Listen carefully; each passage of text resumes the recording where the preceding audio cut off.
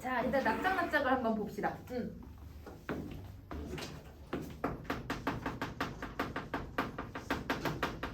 이거 학교에서 수업했어요, 여러분? 앞에 타임 애들은 아직 안 했다고 해가지고 일단 우선은 박수근 화백의 그림이 여기 이제 그림 여러분 교과서 뒤에 이렇게 있어.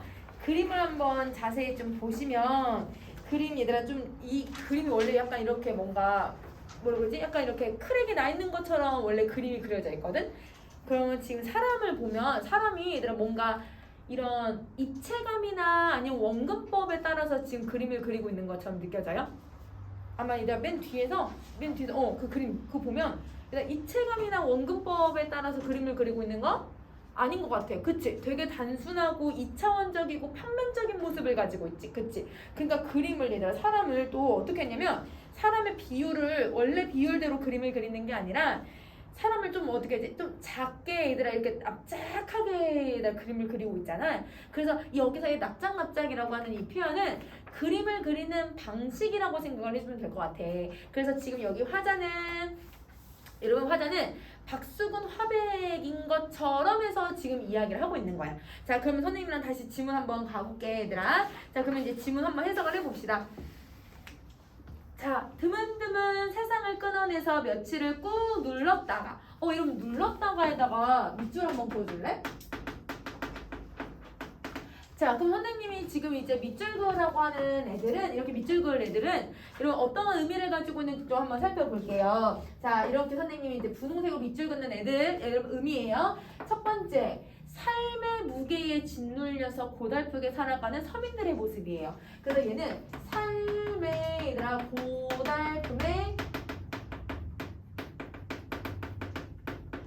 고달픔에 시달려.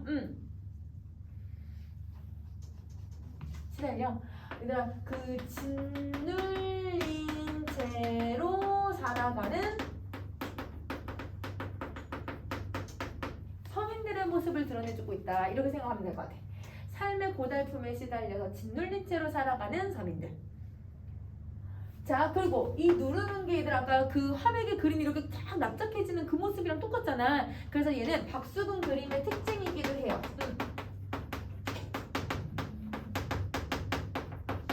이 특징이기도 하고요.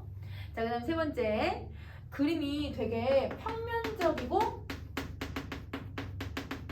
그리고 얘들아 뭔가 활동을 하거나 움직임이나 얘들아 생동감이나 입체감이 있는 게 아니라 매우 정지되어 있는 그림이 되어 있잖아요. 그래서 이런 평면적이고 정지적인 그림의 형태를 이렇게 눌렀다라고 표현을 하고 있는 거야. 그러면 이렇게 표현된 시어들은 다 이렇게 선생님 분홍색으로 표시를 할게요.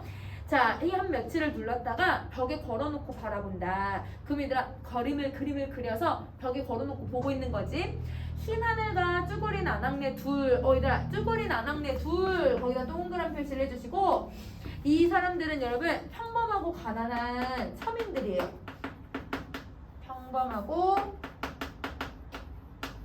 가난한 서민들의 모습 1번. 그리고 이 사람들은 그림의 소재들이야. 그림의 소재이고 평범하고 가난한 사람들을 얘기한다. 그러면 그 쭈구린 아낙네 둘이 벽 위에 납작하게 뻗어 있다. 그러면 여러분 여기 납작하게 여기에도 그러면 우리 밑줄을 그어줘야 이거랑 똑같은 말이 되겠다. 이 서민들이 얘들아 너무 삶이 고달프고 힘들어서 막 짓눌린 채로 얘들아 이렇게 납작하게 되어 있는 상태를 얘기하고 있어요. 자, 그 다음 가끔 심심하면 옆편네와 아이들도 한 며칠을 눌렀다가 벽에 붙여놓고 얘들아 옆편네와 아이들 요동그란 표시해 주시고 가난하고 평범한 서민들의 모습 2번 이렇게 정리를 해주면 되겠다. 자, 이 안에도 며칠을 눌렀다가 그러면 여러분 여기 지금 여기에도 눌렀다가라고 하는 말이 들어가 있으니까 여기도 얘들아 밑줄 쫙 그어줘야겠다. 자, 이렇게 근데 사람을 이렇게 내가 힘들게 살게끔 이렇게 눌러놓고 있는 거잖아. 근데 이렇게 사이파에 얘들아 이런 고통을 느끼고 있는 걸 지금 이 사람이 심심하면 그렇게 붙여놓고 심심하면 눌렀다가 심심하면 얘들아 이렇게 그림을 그렸다라고 설명을 하거든. 정말 얘들아 심심하다고 이렇게 그림을 그리면 돼요? 이거 안 되잖아요. 그렇죠? 그래서 뭐라고 얘기하냐면 하나님이 보시기에 어떻습니까? 라고 얘기를 해요. 근데 하나님이 보기에도 그렇고 우리도 보기에도 어떻게 사람을 이렇게 납작하게 누르고 사람을 어떻게 이렇게 힘들게 만들 수 있지? 우리 이렇게 당연히 생각을 하잖아. 그러면 보시기가 참 어렵다, 보기 힘들다 라고 하는 답이 정해져 있는데 하나님한테 질문을 하고 있어. 그러면 여러분 이 질문은요, 서리법을 사용해서 여러분 뭘 드러내려고 하고 있냐면 부당한 현실에 대해 항변하기 위한 의도다. 부당한 현실에 항변하고자 하는 형식이다. 그래서 여기선 여러분 이 질문의 방식을 통해 비판하려는 의도가 들어가 있다. 이렇게 생각을 해주시면 돼요. 질문의 의도를 가지고서 비판하려고 하고 있다. 그렇게 조심스럽게 물어본대. 그럼 여러분, 이렇게 사람들이 너무 세상에 힘들게 살아가고 있는데 그렇게 세상에 살아가는 사람들을 하나님 왜 가만히 보고만 계시지? 이렇게 생각을 하는 거야. 하나님, 이렇게 사람들이 서민들이 힘들게 사는데 이게 정당하다고 생각하십니까? 라고 얘들아 비판하듯이 이야기를 하는 거야. 그럼 사실 하나님에게 비판한다고 해도 되겠지만 여러분 사실은 이런 사람을 만드는 시대적인 배경이나 아니면 정치적인 거나 그런 걸 모두 다 비판한다고 봐도 되겠지. 그치? 자, 그러면 이렇게 정리하셨으면 이제 우리 여러분 이연으로 갈게요. 이 바닥도 없이 발바닥도 없이 서성서성. 얘들아 우리 아까 사람 그림 그려놓은 거면 입체감이 없었잖아. 그러니까 발바닥 없이 그냥 얘들아 사람을 그려놓는 거야. 그럼 이 말은 무슨 말이냐면 발바닥이 없다는 건 여러분 혹시 그거 아세요? 여기 우리 막 이 설거지를 많이 하거나 아니면 여러분 좀 고된 일을 많이 손을 많이 쓰는 작업을 하면 지문 없어지는 거 알아 얘들아? 지문이 사라지기도 한데 그러면 지문이 사라질 정도로 그러면 많은 노동을 하고 있는 거잖아. 발바닥이 없이 서성서성 되고 있다는 건 그만큼 고생을 많이 하고 있는 서민들의 모습을 얘기를 해. 그럼 여러분 첫 번째 행은 얘들아 1행은 뭘 얘기하고 있는 거냐면 여러분 고생을 많이 한 서민들의 모습을 드러내주고 있는 거고, 자, 입술도 없이 슬그머니라고 되어 있잖아요. 입술도 없이라는 건 얘들아 세상살이에 너무 힘드니까 얘들아 한숨도 안 나오는 거야. 너무 힘드니까 그냥 삶에 얘들아 의욕을 잃어서 입에서 얘들아 말 한마디조차 안 나오는 사람을 얘기하는 거야. 그러니까 이거는 여러분 이행 같은 경우는 세파에 시달려 말을 할 수 없을 정도의 힘든 상태를 얘기하고 있다.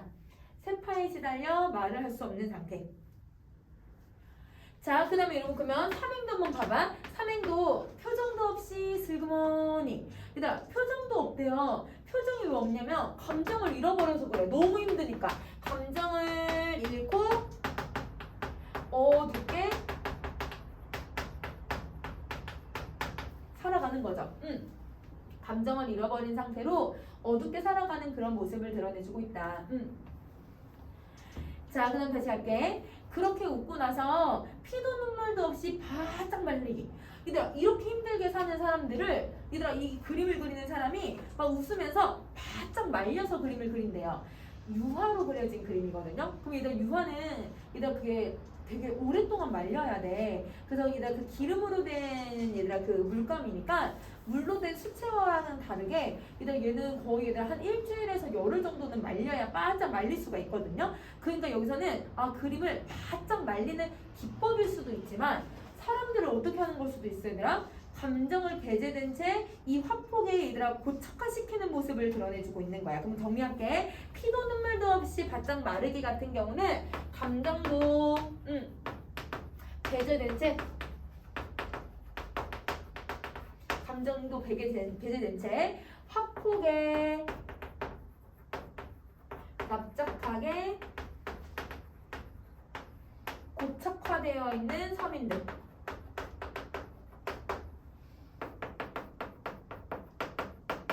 이런 모습을 드러내주고 있다.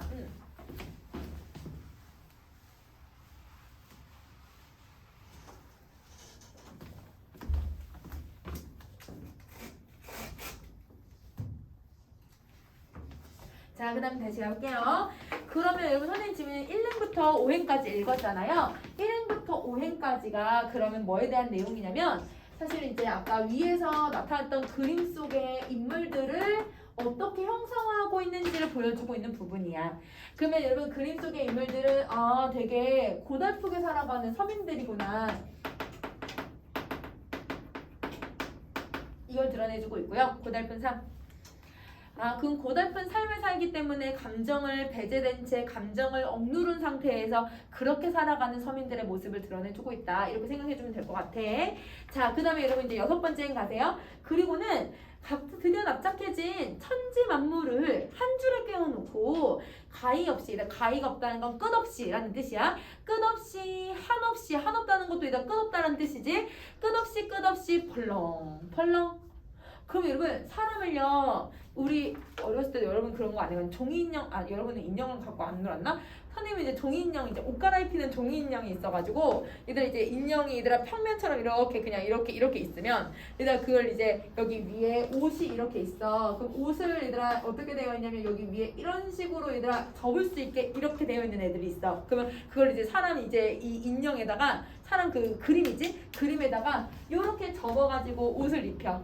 바지도 이렇게 접어서 옷을 입혀. 그럼 이거는 이제 사람을 그냥 그림처럼 표현을 한 거잖아. 그렇게 얘들아 사람을 그려놓고 빨랫줄에다 매달아놓고 펄렁 이렇게 얘들아 그림을 그려놓고 있대. 그러면 이 그림의 방식은 그러면 어떤 방식을 얘기를 하고 있는 거냐면 여러분 세상 사이 휘둘리는 모습을 얘기하는 거야.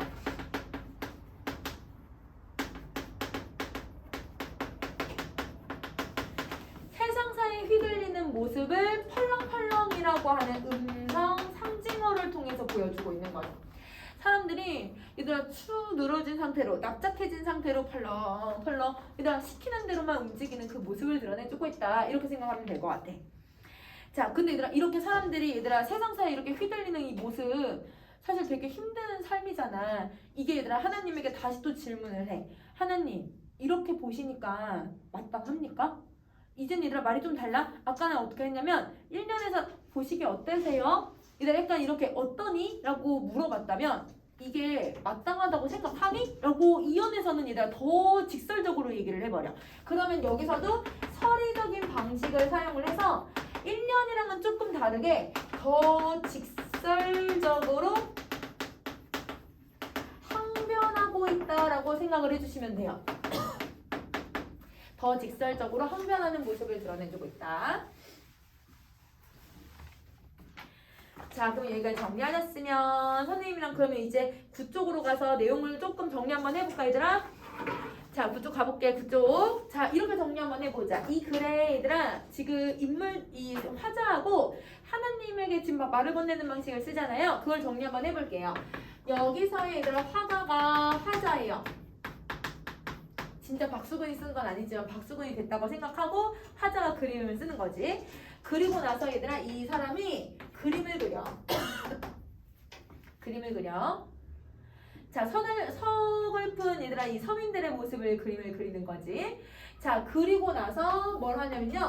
하나님에게 질문을 해요. 그럼 자, 이렇게 한번 가봅시다. 이 그림에다가 무언가를 지금 형상화를 해서 그림을 그렸고요. 그림이 어떠냐고 얘들아 이 하나님에게 질문을 하고 있는데요. 그러면 이렇게 정리할 수 있을 것 같아요. 화자는 그림을 그려놓고 그 그림이 어떠냐고 지금 물어보는 사람인 거야. 그래서 여러분 화자는 여러분 그림이 어떠냐고 질문하는 사람이고요. 이게 어떠냐고 질문을 하고요. 자, 그러면 그림 속에 있는 사람들은 어떤 그림으로 그려져 있냐면 고달픈 삶을 사는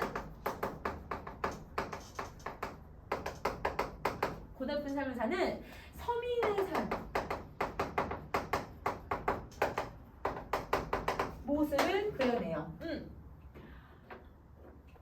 자, 그래서 여러분 하나님께 비판 이렇게 얘기하면서 하나님에게 현실에 대한 비판 의식을 제시를 해요. 그러면 여러분 여기서 이렇게 해서 이 사람이 이 그림을 그리면서 어떤 마음을 가지고 이 사람들을 그리고 있냐면 이 사람들이 이렇게 사는 게 맞나? 이 사람들이 이렇게 납작하고 눌러진 상태로 살아가야 되는 게 맞나?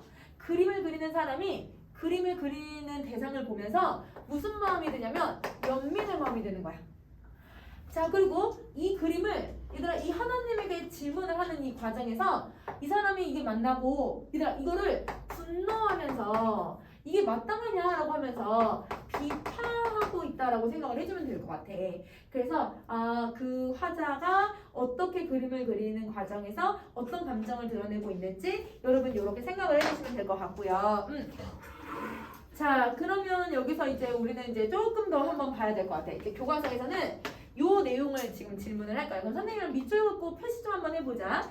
자, 여러분 여기서 이 작가가 박수근 화법을 설명해 놓은 것들이 있고요. 그 설명을 시로 형상화해 놓은 부분들이 있는데 이거 좀 정리 한번 해보자. 자, 여러분 박수근 화법에서 자주 드러나는 소재가 누구냐면 서민들의 삶이 잘 드러나거든요. 그래서 박수근 화백의 그림이 지금 거의 한 몇십억씩 거래가 돼요. 그래서 이 작가의 이 그림은 얘들아 거의 서민들의 삶을 많이 드러내고 있는데 이 서민들의 삶 작품에서 어디에서 드러났었냐면 우리 아까 선생님이랑 1번, 2번 표시했던 거 혹시 기억나니? 얘들아 쭈구리 나낙네 둘하고 옆편네와 아이들 이거 그렸던 거 기억나요? 1번하고 2번 표시했던 애들이 이렇게 시로 평상화가 되는 거야. 자, 그 다음에 두 번째는 이 화법에서 어떻게 표현을 하고 있냐면요. 대부분 평면적으로 인물을 그려내요.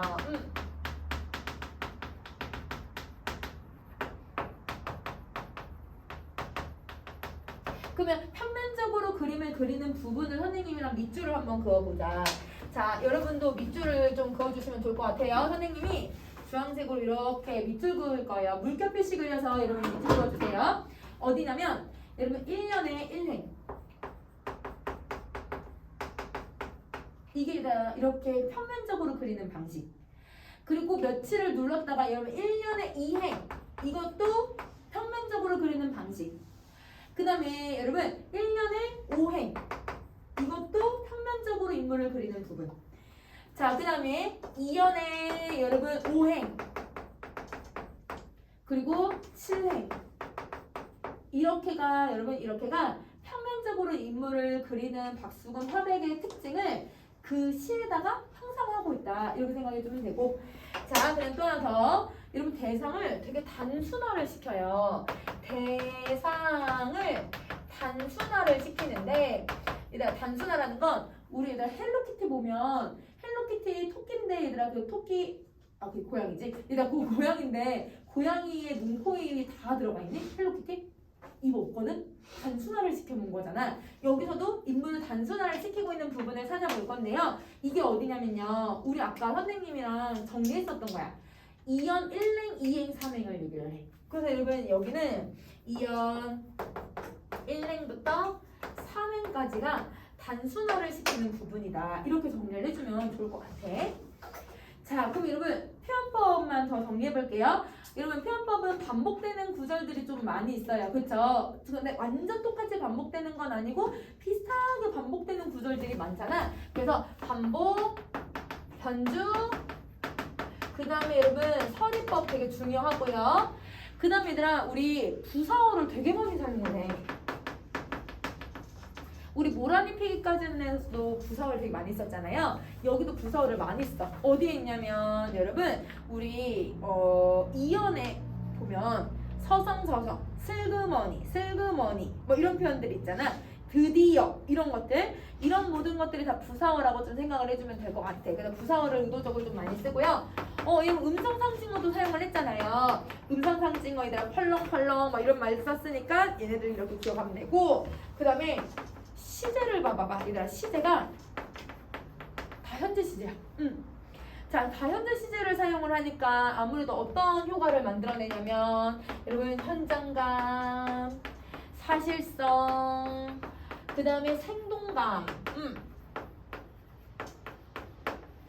이렇게 들어간다 라고 정리해 주시면 될 것 같아요. 자, 그러면 여러분 얘 정리 다 하셨으면 그러면 우리 난조공을 갑시다.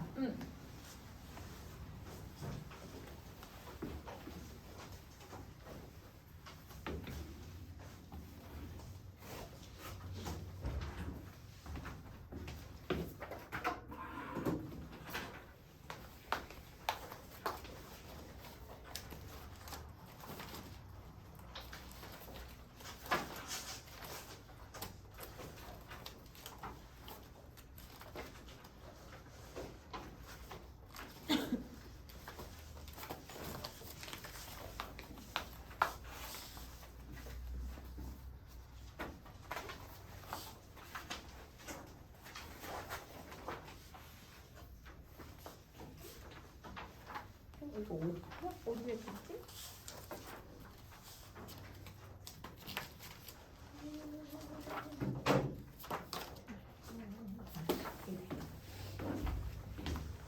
선생님 단수공은 어디까지 있더라?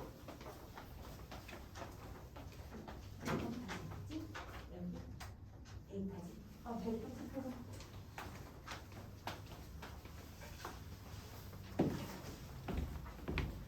얘들아 15쪽에 138번 문단을 보시면 거기 중간에 얘들아 딱딱 중간에까지 선생님 했어요. 그래서 여러분 밑에서 하나 둘셋넷 다섯 일곱 여덟 아홉 열 11번째 줄까지 밑으로 11번째 줄 올라오시면 회사 사람들은 이라고 하는 부분이 있을 거야. 거기서부터 시작을 하자. 자, 한번 볼게요. 회사 사람들은 우리가 생각하는 걸 싫어했다. 왜냐면 생각하면 권리를 주장하잖아.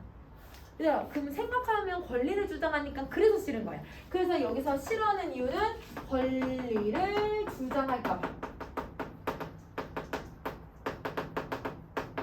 이렇게 정리해주면 되고. 자, 그 다음에 다시 공원들은 일만 했다. 대다수 공원들이 변화를 일어날 수 없는 상태를 인정했다. 얘들아 여기 밑줄 그어줘. 변화가 일어날 수 없는 상태를 인정했다. 자, 여러분 왜 인정을 하냐면요. 여러분 자기네가 이걸 바꿀 수 없다라고 생각을 해요. 체념하고 수능하고 그 다음에 이걸 무기력한 상태인 거야. 그래서 여러분 여기다가 체념, 무기력, 그 다음에 수능. 이렇게 정리할게. 자, 그 다음 그래서 무엇 하나 일깨워줄 사람도 없었다. 어른들도 자신의 경험을 들려줄 수가 없었다. 왜? 어른들도 똑같이 생활을 했었으니까. 어른들도 우리와 같은 똑같은 일을 했었으니까 말해주는 사람이 없었던 거야. 자, 그리고 마음속에서는 옳은 것이 실제로는 반대 방향으로 움직이는 것이 그들이 보았다. 이제 마음속에 옳은 것, 이게 뭐냐면요. 이상이에요. 이상. 내 이상은 뭔가 얘들아 공원들이 여러분 지금 다 같이 노동권을 받으면서 권리를 보장받으면서 살아가고 싶다. 이게 이상인데 그 이상과는 다르게 현실은 다른 반대 방향으로 가버리잖아. 그래서 여러분 반대 방향이 현실이야. 현실. 그래서 이상과 현실에 괴리를 느끼니까 여기서 체념하고 절망할 수밖에 없는 거야. 자, 그 다음 다시. 우리는 너무 모르는 게 많았다. 사장에겐 다행이었다. 그 집 식구들은 정원 잔디를 기계를 밀어서 깎았다. 그 집 정원에는 손질이 잘 된 나무들이 밝은 햇빛을 받아 무럭무럭 자랐다. 얘들아, 무럭무럭 자랐다에다 밑줄 딱 그어줘. 자, 여러분 무럭무럭 자랐다가 여기 밑줄 그을 거냐면요. 우리 아까 앞에서 저번에 봤을 때 아이들이 어떻게 했냐면 발육 부조 현상을 겪었잖아요. 이게 반대 말이야. 발육 부조 현상과 반대되는 개념이라고 생각을 해주면 돼. 자, 아이들은 얘들아 지금 이 젊은 청년들은 일을 하는 과정에서 발육 부조 현상을 겪고 있는데 나무들은 잘 자라. 얘들아 그 나무도 부잣집의 나무들은 잘 자라. 그러니까 이게 대조가 된다. 그 집 나무들은 나무종합병원에서 나온 나무 의사들이 돌봐보았다. 나도 나무병원 앞을 지나가 본 적이 있는데 간판에 귀대개 나무는 건강하십니까? 라고 쓰여져 있었다. 그 밑에 작은 글씨로 병충해 진단, 생리적 피해 진단, 외과 수술, 그 다음에 건강유지관리라고 쓰여져 있었다. 얘들아 나무에게는 건강관리를 해주면서 지금 얘들아 이 공원들에게 사장이 건강관리를 해주고 있니? 무말랭이조차도 안 주잖아. 그치? 그러니까 이게 얼마나 여러분 그 빈부의 격차가 되게 극심했는지를 보여줘. 가난한 사람들은 얘들아 건강을 돌볼 수 없을 정도의 일을 하고 있는데 부유한 사람들은 얘들아 집에 나무에 얘들아 의사까지 와서 돌봐줘. 이 말이 안 되는 상황이라고 생각을 하는 거지. 함께 지나던 어린 조혁이 말을 했다. 우리 집은 나무가 없습니다. 나는 건강하지 못합니다. 우리는 배를 잡고 웃었다. 무엇이 그렇게 웃었는지는 모르겠다. 어린 조혁은 그때 날마다 코피를 쏟았다. 얘들아 이 코피를 쏟았다는 게 어떤 의도야? 풍자의 의도지. 이렇게 이 사장들은 자기네는 잘 먹고 잘 사는데 우리는 그러지 못했어 라고 하는 걸 보여주고 있는 거네요. 자, 그 다음 중요한 부분 줄거리 갈게요. 인쇄공장 사장은 불황이라고 하는 단어를 빌미로 삼아서 우리에게 쉬지 않고 일을 할 것을 강요했다. 나와 영호는 사장이 가서 힘든 노동시장에 대해서 사장과 협상하려고 하다가 일도 제대로 성장시키지 못했고 그리고 공장에서 쫓겨났다. 아버지는 나와 영호에게 큰 일을 한 것이라고 추켜 세워줬다. 자, 여기 보세요. 아버지는 쫓겨난 여러분 이 영호하고 영수를 어떻게 생각을 하고 있냐면 아버지는 영수와 영호에게 잘했다라고 칭찬을 해줘. 근데 여러분 아까 앞부분이나 뒷부분에 또 나올 텐데 여러분 어머니는 어떻게 너네가 잘려서 너네가 공장을 안 다녀서 그래서 영희가 없어진 거야. 아니면 너네 때문에 뭐 해. 막 이러면서 얘네들 탓하거든요.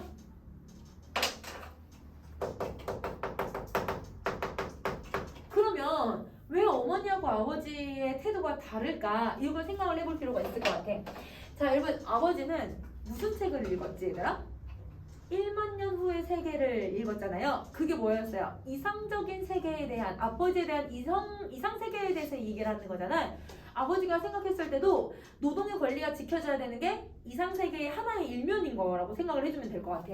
아버지가 칭찬한 건 아버지가 꿈꾸는 이상 세계와 부합하는 행동이었기 때문에 아마 칭찬했을 거라고 우리 예측할 수 있을 것 같아. 그런데 어머니가 나쁜 게 아니야 얘들아. 어머니는 현실적인 방법만 생각을 한 거야. 어머니는 현실적인 어려움을 더 많이 생각한 사람이다. 이렇게 정리할 수 있을 것 같아요. 이렇게 됐다. 자, 그 다음에 다시 가볼게. 자, 그래서 입주권 가격이 자꾸 올라가자 난쟁이네 가족은 25만 원을 받고 검정 승용차를 타고 온 남자에게 입주권을 팔았다. 그럼 여러분 명인애가 얼마 주고 팔았지? 명인애는 17만 원 주고 팔았거든? 그새 얘들아 며칠 만에 8만 원이 이렇게 빨리 올라버리는 거네. 그치? 자, 그래서 이런 부동산 투기에 대해서 얘기를 하고 있는 거예요. 나는 돌멩이를 집어서 다시 방죽을 향해 던졌다. 어머니도 기진에 다른 말을 못했다. 형이 어머니를 등에 밀면서 대문 안으로 들어갔다. 조용한 아침이었다. 베개체의 집에 헐리고 남은 건 며칠 안 되었다. 우리도 영희만 집에 나가지 않았다면 전날 떠났을 것이다. 철거일을 어겨야 할 다른 이유는 없었다. 얘들아, 왜 어기면 안 될까? 얘들아, 철거일 왜 어기면 안 될까요? 얘들아, 철거계고장에 뭐라고 적혀졌는지 기억나 얘들아? 기한을 어길 시 그 책임 비용을 당신에게 묻겠습니다. 이렇게 얘기를 했잖아. 그러면 여러분 이 책임, 난쟁이 가족이 얘들아 이걸 다 물어줘야 되기 때문에 그래서 이걸 어길 필요가 없었던 거야. 그래서 난쟁이 가족이 다 물어줘야 하고요. 물어줘야 한다는 건 여러분 찰거계고장에 나왔듯이 법이 이 사람들을 억압하고 있는 모습을 얘기하는 거지.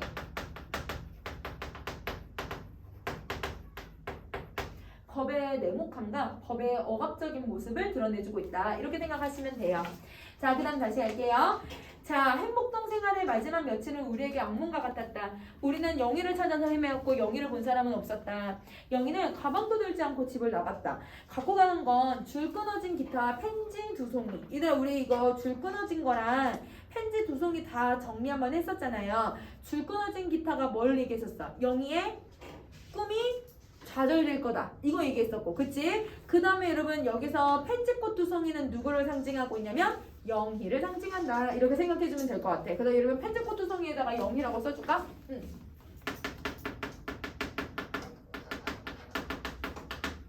펜지꽃 2송이는 순수한 영희.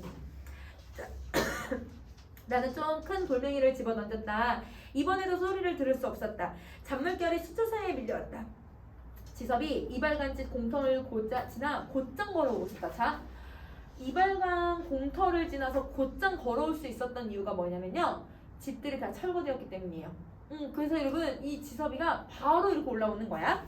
자, 그리고 그의 손에는 쇠고기가 들려져 있었다. 대문 앞에 나왔던 아버지가 그의 손을 잡고 들어갔다. 아버지가 쇠고기를 부엌안의 어머니에게 넘겨주었다. 부엌안의 영근은 자욱했다. 형이 안쪽 아궁이 앞에 엎드려서 불을 피우고 있었고 형은 눈물을 씻으면서 일어나 아궁이에게 나무를 밀었다. 어머니는 밖으로 놓아 눈물을 씻었다. 우리는 며칠 동안 명인의 집에서 나온 나무를 쪼개 세웠다. 명인의 안방 문설주를 쪼개서 아궁이에 넣고 나왔다. 얘들아, 왜 명인의 집에서 나온 이 나무들을 얘들아 지금 이 땔감으로 쓰고 있는 거예요? 명인에는 이미 철거를 했으니까. 그래서 여러분 명의는 이미 철거했어요.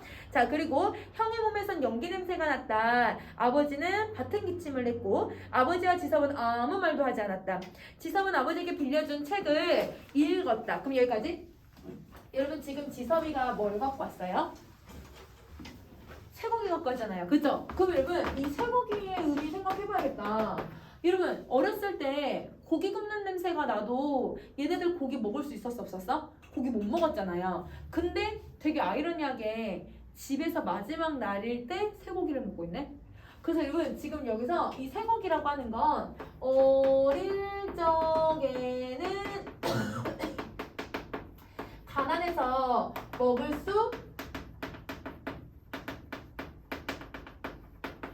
먹을 수 없었으나 아이러니하게 혹은 모순적이게 얘들아 이 집에서 마지막 날 먹어요. 그러면 이들이 얼마나 이 쇠고기를 어렸을 때 먹고 싶어 했는지 우리 알잖아. 그럼에도 불구하고 얘들아 이 마지막 날에 이 쇠고기를 먹는다? 이들의 비극성, 얘들아 참혹한 삶을 더 부각시키는 거야. 그래서 이게 이들의 비극성을 부각시키는 역할을 하고 있다. 이렇게 정리를 해주면 될 것 같아요. 자, 그럼 정리 다 했으면 다시 또 가볼게요. 아버지는 그가 감옥살이를 했다고 말을 했다. 여러분 여기서 감옥살이. 그러면 여러분 감옥살이를 했는데 아버지에 의하면 그는 잘못한 게 없는데도 감옥살이를 했대. 그러면 이 말은 뭘 얘기하고 있냐면 지섭이 어떤 사람인지를 우리는 예측할 수 있게 만들어줘요. 자, 지섭은 어떤 사람이냐면요. 여러분 세상에 저항했다가 아무 이유 없이 얘들아 감옥에 갔다라는 걸 암시해 주는 거야. 그러면 이 사람은 세상에 저하여 감옥에 갔다 온. 이걸 암시를 해주고 있는데 지섭은 얘들아 지금 직업이 뭐지? 가정교사야. 건너편 얘들아 주택가에서 가정교사로 일을 해. 그럼 내가 가정교사가 될 정도면 나름 지식인이거든요. 그러면 여러분 이 지섭은 뭘 의미하고 있는 거냐면 지식인들이 어떤 태도를 가지고 있어야 되는지를 지금 작가가 보여주고 있다고 생각하면 돼. 지식인의 올바른 태도예요. 지식인의 올바른 태도를 지금 이 작가가 보여주고 있다. 이렇게 생각하면 될 것 같아. 자, 그럼 다시 하자. 자, 그리고 그는 마루거에 걸터 앉아서 책을 읽었다. 현관하는 시멘트 앞에 서서 밖을 보았다. 집들이 다 헐려서 바로 동사무소가 보였다. 그리고 그 너머 밝고 깨끗한 주택가가 보였다. 그 바른 쪽엔 슈퍼마켓에 있는 큰 길이고 영희가 한때 일했던 빵집이 보였다. 현관애가 유리창에서 밖에서 본 영희는 너무 예뻤다. 아무도 영희가 난쟁이의 딸이라는 것을 믿으려고 하지 않았고 우리는 끝내 영희를 찾을 수는 없었다. 자, 부엌에서 고깃국 끓는 냄새가 났다. 고기 굽는 냄새도 났고 어머니가 상을 차려서 행주질을 했다.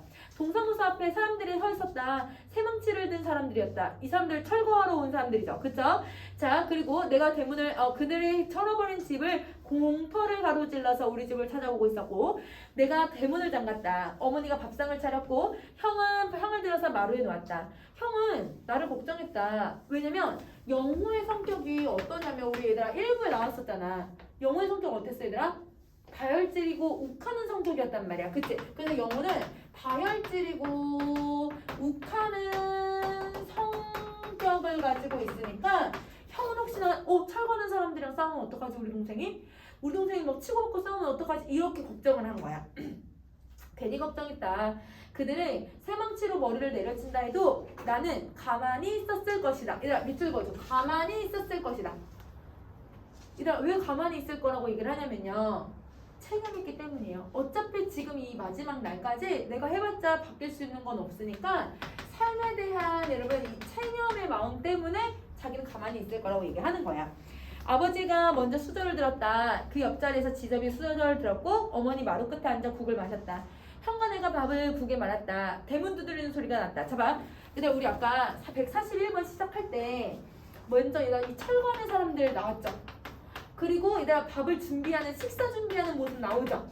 그 다음에 얘들아 대문 두드리는 소리 나요. 그럼 대문 두드리는 사람들은 철거하는 사람들이 온 거잖아요. 그죠? 자, 우리는 꼼짝도 하지 않고 식사를 한대요. 우리 식사하는 모습을 보여줘요. 자, 영희가 이 시간에 어떤 식상을 대하고 있을지 우리는 알 수가 없었고, 우리는 밥상에 우리 선조들 때부터 묵고 흘러보낸 시간들이 올라앉아 있었다. 그것을 잡아 칼날로 눌렀다면 피와 눈물, 힘없는 웃음소리와 밭은 기침 소리가 마디마디에 흘러내렸을 것이다. 대문을 두드리는 사람들이 집을 돌고 싸웠다. 얘들아, 대문을 두드리는 사람들, 이러면 철거하는 사람들 또 나오고요. 그들이 우리 시멘트 담을 부쉈다. 먼지 구덩이가 뚫리더니 담은 내려앉았다. 먼지가 올랐고 어머니는 우리들 쪽으로 돌아 앉았다. 우리는 계속 식사했다. 여러분 자, 여러분 이게 반복되거든요. 철거, 식사, 철거, 식사, 철거, 식사 이게 계속 반복이 되잖아요. 자, 그러면 선생님이 요걸 한번 이제 참고하는 내용을 한번 볼게요. 여러분 이 난소공이 1980년대 후반에 영화로 만들어졌었거든. 그래서 그 영화 시나리오가 있어. 그래서 여러분 수능에서도 소설하고 이 시나리오를 비교하는 문제를 낸 적이 있었거든요. 근데 그 장면이 뭐였냐면, 이건 조금 약간 각색됐으니까 내용이 좀 다른데, 자, 철거하는 사람 나와. 그 다음에 우리들이 식사는 소고기 먹는 장면 나와. 그 다음에 영희가 지금 알 수 없잖아. 영희가 어떻게 하냐면, 영희가 그 부동산 업자랑 아주 고급 레스토랑에 가서 쇠고기 스테이크를 먹는 그 장면이 나와. 다시 또 철거하는 사람들 나와. 밥 먹는 내용 나오고, 영희가 이거 또 써는 거 나오고, 철거하는 거 나오고, 계속 얘들아, 아무도 사람들이 대화하는 장면 하나도 안 나오는데, 이 장면이 얘들아 계속 교차 편집돼서 계속 나와. 이게 얘들아 지금 시나리오에서도 교차 편집을 해가지고 여러분 영상을 보여주는데요. 이렇게 얘들아 계속 철거 식사, 철거 식사, 철거 식사 이게 계속 반복이 되면 어떤 효과를 만들까요? 긴장감. 왜냐면 얘들 밥 먹는데 철거하면 어떡하지? 만약에 철거해서 깔려서 사람 죽으면 어떡하지? 막 사람들이 막 온갖 상상을 하게 되잖아. 그래서 이게 여러분 무슨 효과를 만들어내냐면 긴장감을 유발을 시키는 거야. 자, 긴장감을 유발을 시키니까 이렇게 되고, 근데 얘들아 자, 시나리오에서는 왜 영희의 이야기가 나올 수 있었는지 이해돼?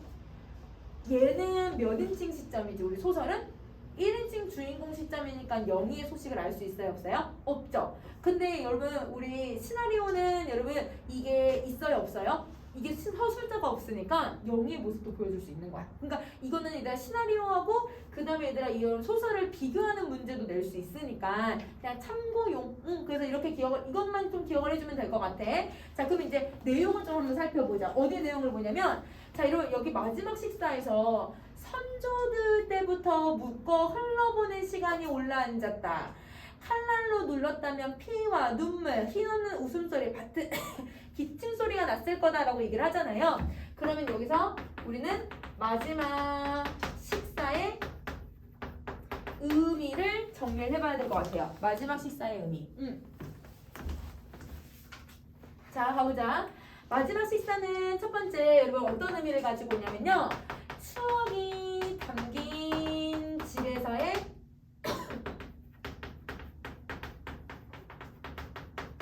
마지막으로 하는 행위. 그러니까 얘들아 추억이 담긴 곳에서의 마지막이라고 하는 의미를 만들어낼 수도 있고, 그 다음 두 번째는 이게 얘들아 난쟁이 가족의 추억만 있는 게 아니잖아. 왜냐면 우리 앞에서 봤잖아. 난쟁이네 가족이 다 누구의 후손들이었어? 노비의 후손들이었잖아요. 근데 그 노비의 후손들이 얘들아 증조할아버지하고 증조할머니는 얘들아 그 신분이 해방이 됐을 때 얘들아 그 노비의 삶을 얘가 포기했어요? 아니죠. 근데 할아버지 때는 와서 얘들아 그 노비의 삶을 포기하기는 했지만 집과 땅을 가지고 있었지만 다 어떻게 했어요? 다 잃어버렸죠. 그러면 여러분 아버지는 얘들아 난쟁이는 얘들아 지금 그 할아버지가 가진 거 없이 아이를 낳고 그 아버지가 자라서 가진 거 없이 유일하게 벌어서 만든 게 누구야? 무허가 주택 이거 하나밖에 없잖아. 그럼 여러분 이 노비들의 500년 이상의 혹은 얘들아 몇천 년 동안 이어져 왔던 그 노비들의 삶에서 얻어낸 건 이 집밖에 없네. 그러면 여러분 여기서는 난쟁이 가족의 그냥 단순한 추억일 뿐만 아니라 난쟁이 가족의 추억일 뿐만 아니라 지난 과거를 의미하기도 하고요. 대대로 힘들게 살아온 그들의 내력이야.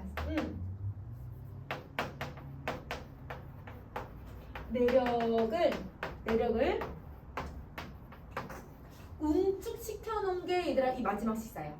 그들의 내력을 응축시켰다. 그들의 내력을 응축시킨 마지막 모습이다. 이렇게 생각을 해주면 될 것 같아. 일단 하나만 더 가자. 여러분 우리 그 지금 밑에서 하나 둘 셋 넷 다여 7번째 줄을 보시면 어머니가 우리들 쪽으로 돌아 앉았다고 얘기를 했잖아. 그치? 그 돌아 앉았다에다 동그란 표시 한번 해줘. 자, 그리고 얘들아 이제 집을 빠져나오는 구절이니까 그냥 넘어가도 될 것 같아. 그럼 다음 페이지를 가자. 자, 그럼 다음 페이지 가서 얘들아 선생님이랑 몇 번째 줄 보냐면 여러분 5번째 줄 보세요. 5번째 줄에 새망치를 든 사람들 여기 있니? 자, 이거 보자. 새망치를 든 사람들의 앞에 새망치 대신에 종이와 볼펜을 든 사나이가 있었다. 그가 아버지를 봤다. 아버지가 바른 손을 들어서 집을 가리키고 돌아섰다. 얘들아 돌아섰다 다시 동그란 표시 해주세요. 자, 그리고 새망치를 든 사람들이 집을 부시기 시작했고 한꺼번에 달라붙어서 집을 쳐부쉈다. 어머니는 돌아앉아. 얘들아 돌아앉아 다시 동그란 표시 할게. 얘들아 엄마하고 아버지가 왜 계속 왜 돌아서 계속 안 봐? 자기네가 이렇게 놓은 인생 전부가 무너지는 걸 볼 자신이 없어서 그런 거죠. 그럼 선생님 동그란 표시한 거는 여러분 인생 전부를 들여 만든 집이 철거되는 것을 볼 자신이 없었기 때문에 이렇게 얘기하고 있다라고 생각해 주면 될 것 같아. 인생 전부를 들여서 만든 집이 철거되는 걸 볼 자신이 없었다. 자, 그 다음에 다시 갈게요. 그래서 북쪽벽을 치자 지붕이 내려앉았고 지붕이 내려앉을 때 먼지가 올랐고 뒤로 물러섰던 사람들이 나머지 벽에 달라붙었다. 아주 쉽게 끝났다. 얘들아 이 집 만들려면 얼마나 시간이 걸렸을까? 우선은 얘들아 김불이라고 하는 이 난쟁이의 인생 전체가 달려져 있었겠지. 한 50년 정도 되는? 그지? 근데 얘들아 그 조상들의 내력까지 살펴본다고 하면 몇백 년의 얘들아 이 내력이 얘들아 끝나는 건 되게 한순간에 끝난다. 그치? 이게 조금 대비되고 있는 것 같아. 자, 그리고 그들은 새망치를 놓고 땀을 씻었다. 사나이가 종이에 무언가를 써줬다. 지섭이 들고 있던 책을 아버지에게 주었다. 그는 사나이를 향해서 걸어갔다. 방금 무슨 일을 하셨습니까? 지섭이 물었다. 사나이는 몇 초 후에 지섭의 말을 알아듣었다. 그가 말했다. 30일까지 철거되기로 했었죠? 시간이 지났어요. 행정대 집행법에 따라서 철거 작업을 하려고 했습니다. 더 이상 얘기할 것도 없습니다. 그럼 법대로 하겠다라고 얘기하고 있는 거지. 사나이가 돌아서려고 했을 때 지섭이 재빨리 말을 했다. 지금 선생님 무슨 일을 지휘하셨는지 아십니까? 편의상 500년이라고 하겠습니다. 1000년도 더 될 수도 있는데 방금 선생님이 500년에 걸려서 지은 집을 허물어 버렸습니다. 5년이 아니라 500년입니다. 그 500년이라는 게 도대체 뭡니까? 사나이가 물었다. 모르시겠어요? 지섭이 내물었다. 그만 비켜요. 당신이 덫을 놓았습니다. 당신이 아니라면 당신 상부에서 100여 세대 이상이 여기서 생활터전을 잡는 걸 몰랐다고요? 덫을 놓은 게 아닙니까? 덫이라는 게 뭐야 얘들아? 이 사람들이 다 철거돼서 얘들아 강제 이주가 될 수밖에 없게끔 만들어 놓은 게 이게 얘들아 여기에서의 덫이라는 거지. 정부가 법을 이용해서 덫을 놨다 이렇게 얘기를 하는 거죠. 가서 말해요. 내가 치더라고. 그럼 자 여기서 보세요. 여기서 그럼 이제 지섭의 행동을 좀 잘 봐야 되는데 여러분 지섭은 어떻게 하고 있는 거냐면 자 첫 번째 난쟁이 가족뿐만 아니라 다른 빈곤층들을 대변해서 분노하는 역할을 얘가 하고 있어. 그럼 여러분 다른 빈곤층의 분노 대변하여 분노하는 역할을 지섭이가 하고 있고요. 자, 그 다음 두 번째 노동자들이나 서민들이 누려야 할 것은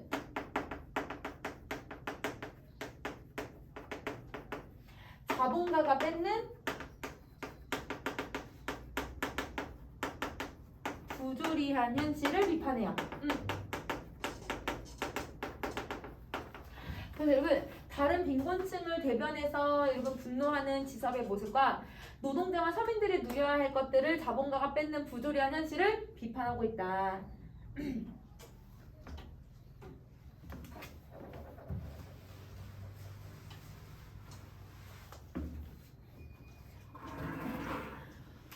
오케이. 정리 다 하셨으면 여러분 이제 154번은 이제 일단 이 지섭이가 린치당하는 장면이니까 넘어가고 여러분 선생님이랑 157번을 갈게.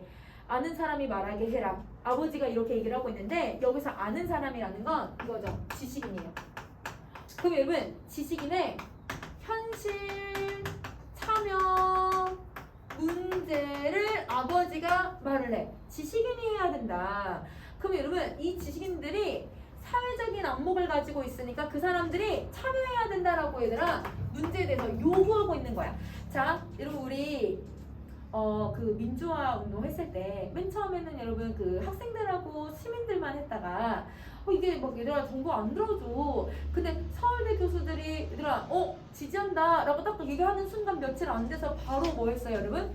바로 얘들아 민주화하고 하야 했잖아요. 그럼 여러분 그런 모습을 좀 보면 지식인들이 뭔가 나서서 말을 해줬을 때 한 명의 서민들, 한 개인이 이야기하는 것보다 더 큰 효과를 가지고 있다. 이거를 지금 이 작가가 얘기하고 싶은 거야. 그러면 여러분 이게 여러분 작가의 여러분 인식이에요. 이게 작가의 인식이 들어가 있다.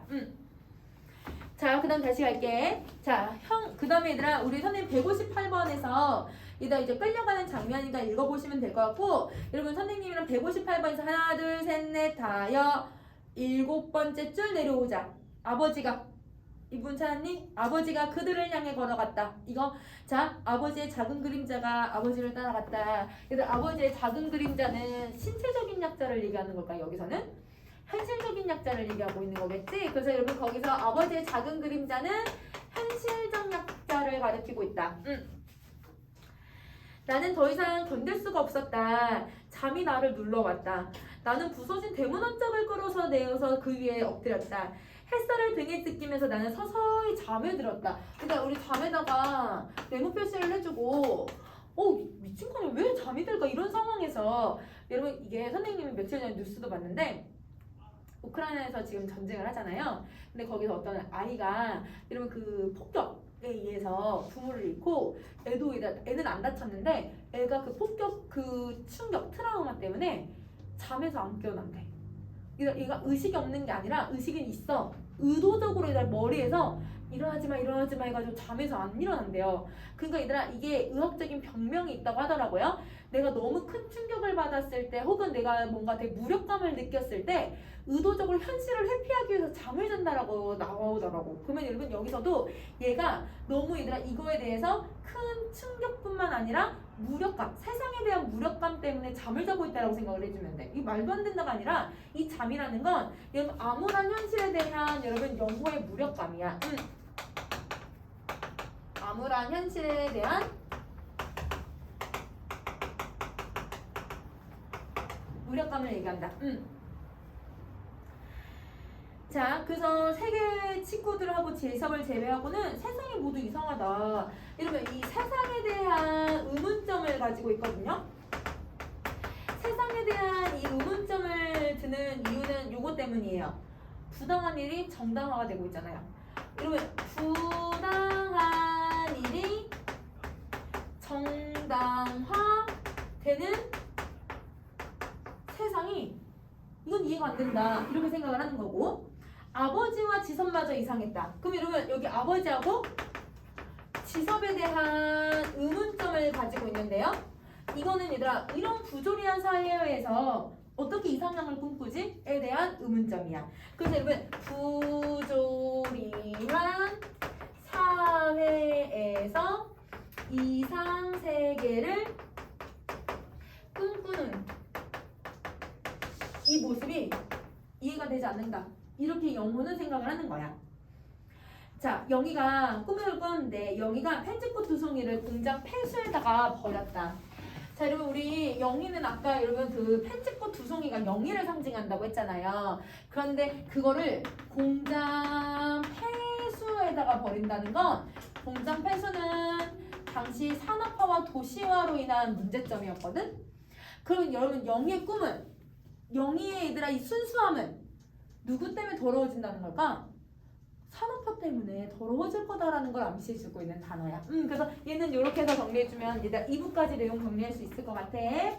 자, 그러면 여러분 선생님 이렇게 정리하고요. 여러분 지금 모의고사도 여러분 들어가고 파수건이랑 작품이 지금 한 4개인가 정도 남았거든? 근데 여러분 선생님이 다음 주에 그 모의고사까지 좀 하면 시간이 조금 빠졌는데 왜냐면 너는 월요일 수업이잖아요. 그러니까 여러분 시험이 지금 다음 주 수업하고 한 번밖에 안 남았거든? 그래서 선생님이 다음 주에 진도를 좀 안에 나가고 싶은데 한 번에 다 나가고 싶은데 그러면 여러분 선생님 너네 학교 좀 일찍 끝나지? 그러면 좀 더 일찍 올 수 있어? 그래서 일단 일찍 와서 진도 끝나면 그냥 바로 회사 그냥 끝나자. 그래서 조금 일찍 올래? 그럼 몇 시까지 올 수 있어 얘들아? 4시 20분? 4시까지는 올 수 있어? 4시까지 올 수 있어요? 아니 4시 그냥 넉넉히 4시 한 20분으로 할까요? 4시 20분 괜찮아요? 4시 20분부터 선생님 시작할게 얘들아. 그럼 다음 주에 4시 20분까지는 와. 그러면 거기 와서부터 진도 다 나가면 그냥 바로 끝내버리자. 알겠지? 다음 주 4시 20분에 오세요. 오케이 오늘 여기까지 합시다.